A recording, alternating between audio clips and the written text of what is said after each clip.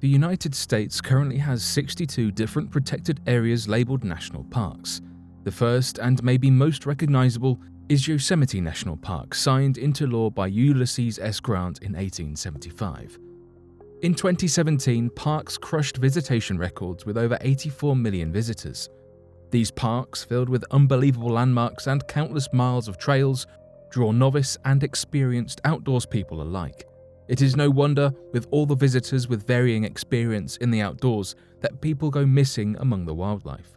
So today, here at Unexplained Mysteries, we'll be taking a look at these 3 mysterious national park disappearances.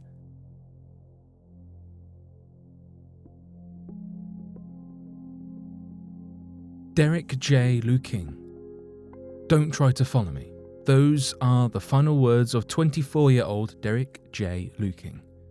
Found scribbled on a note in Luking's abandoned car, it is the final piece of evidence in his strange disappearance. Luking grew up in Virginia before moving to Knoxville, Tennessee, to attend college at Johnson University. After graduating, he took a job as an orderly at Peninsula Behavioral Health Center.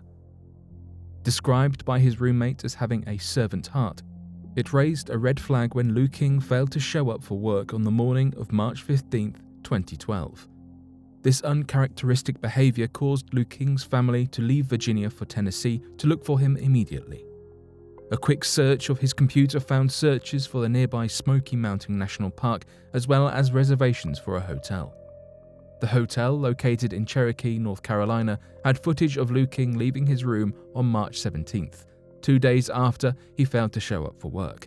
Inside the hotel room, Luking left a Bible and a bottle of alcohol. Determined to find him, Luking's family set out to search the area for themselves. By accident, the family came upon Luking's abandoned Ford Escape. The vehicle was in the newfound Gap parking area, located along the border of Tennessee and North Carolina. Contents of the vehicle seemed to suggest Luking had plans of a long hike or even camping. With him, he had a pickaxe, compass, lamp, pocket knife, knife sharpener, tent, sleeping bag, 100 feet of black parachute cord, granola bars, and a survival belt containing a multi-tool, flashlight, and a fire starter. There were also pages from a military survival guide, along with his wallet still full of cash. The last clue was the note, "Don't follow me." Some assume this was a sure sign that Luking was planning on leaving and never returning. Luking's father noted that his behavior had changed recently. Luking began smoking and drinking. He complained about where he was in life and about being unsatisfied with his job. His family was firm, however, that Luking was not depressed and would not kill himself. Ignoring the note's request, search and rescue teams began to search the woods in the newfound Gap area. Interviews with hikers in the area turned up nothing. Even though it was a beautiful day and the park was busy, no one remembered seeing Luking. This led investigators to believe that Luking had either avoided the crowds intentionally or left the trail almost as soon as he stepped foot on it. Trails in the area are well marked, but it is incredibly easy to get lost if someone ventures off of them. Search teams scoured the woods, looking for any sign of Luking. There were no obvious signs of his presence. Many searches led to rhododendron thickets that he could not have passed through without obvious evidence of him being there. Some believe Luking went missing while scouting the trail, fully intending to come back for his gear. Others think he planned to take his own life, but the purchase of nearly $1,000 in camping gear would prove frivolous if this was his intention all along. So what happened to Derek Luking? Why did he have an arsenal of outdoor gear but didn't bring it with him onto the trails? Did he write the simple 4-word note indicating he had no intention of returning? The search for Derek Luking is not over. Despite years of searching, no sign of him has ever shown up.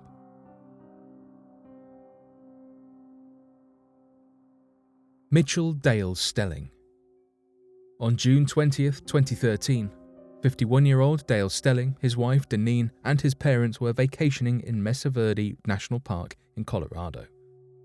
Stelling loved the outdoors, spending much of his time camping and gardening. On this day, Stelling planned to make the quarter-mile hike to the Spruce Tree House ruin. Spruce Tree House is the third largest cliff dwelling in the country and was constructed by the ancestors of the Pueblo peoples of the Southwest. The dwelling contains about 130 rooms and 8 ceremonial chambers. This amazing site was built right into the cliff wall and is a huge draw to tourists. Due to health reasons, both his wife and his parents were unable to make the hike, but that didn't stop Stelling from going at it alone. He left for this hike at around 4:30. The temperature was in the 90s and Stelling did not take water on his hike, a terrible oversight for any hike. The hike should have taken an hour, but after 2 had passed, his family reported him missing.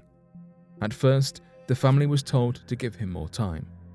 The park had never had a missing person who did not turn up within a few hours. After the wait, a thorough 2-week search was launched. 60 searchers, including those with ropes for rappelling off the cliffs, 2 dogs and a helicopter were all involved in the search. In the first days of the search, the dogs initially showed interest in the Chapin Mesa area, but no sign of him was found there. Oddly, evidence shows Stelling had cell service, at least the night of his disappearance. Records show an attempt to check his voicemail at 7 p.m. Why would he check his voicemail, but not call for help if he was lost, remains a mystery. Despite being seen on the trail, no sign of Stelling has ever turned up. Rangers in the area believe Stelling met his end among the many cliffs and crevices in the park.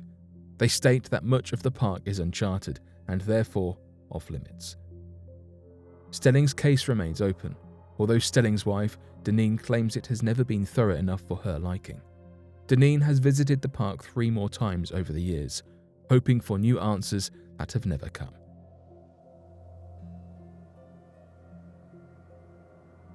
George Penker.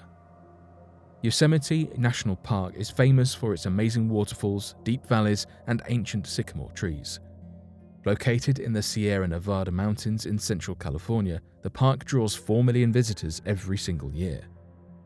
On Friday, June the 17th, 2011, 80 people from a church in Hawthorne, California were visiting the park. 20 of them, including 30-year-old George Penker, decided to make the hike to Upper Yosemite Falls. The hike to Upper Yosemite Falls offers fantastic views on its way to the view of the tallest waterfall in the United States. The trail is somewhat strenuous, with a steep fall to one side. Although the trail is not the easiest, it is said the payoff at the top is worth it. Once at the top, the group disbanded to allow everyone a chance to explore and return to the trailhead at their leisure. Penker's friends assume he had taken the trail back down alone and therefore did not report him missing until 9 p.m. Penker was last seen wearing grey sweatpants with white stripes, a black t-shirt that says D&B, along with a blue cloth bag.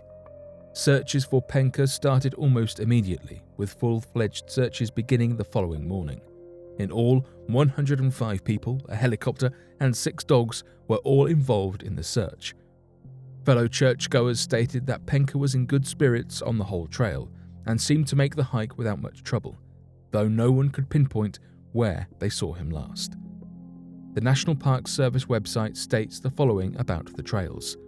Do not stray off of the maintained path, as you will find steep drops adjacent to the trail. The upper half of the trail is steep and rocky, but the arduous climb is well worth the amazing views you will be rewarded with at the top. It is easy to believe Penker found himself off the trail, resulting in a quick fall to his assumed death. Due to the dangerous conditions and the lack of any evidence tied to Penker, searches were scaled back for the safety of those searching. Sadly, in all the years searching for Penker, not a shred of evidence has turned up, not a piece of clothing, nor his blue bag. It is still widely believed Penker perished just off the trail, again proving that although beautiful, national parks can turn into death traps if you are not careful. Thousands of people have gone missing in national parks. Due to how vast they are, the majority of these individuals are never found. This has caused various people to put forward different theories to explain their disappearances. What's worrying is that this number seems to be on the increase, something that national park workers can't explain.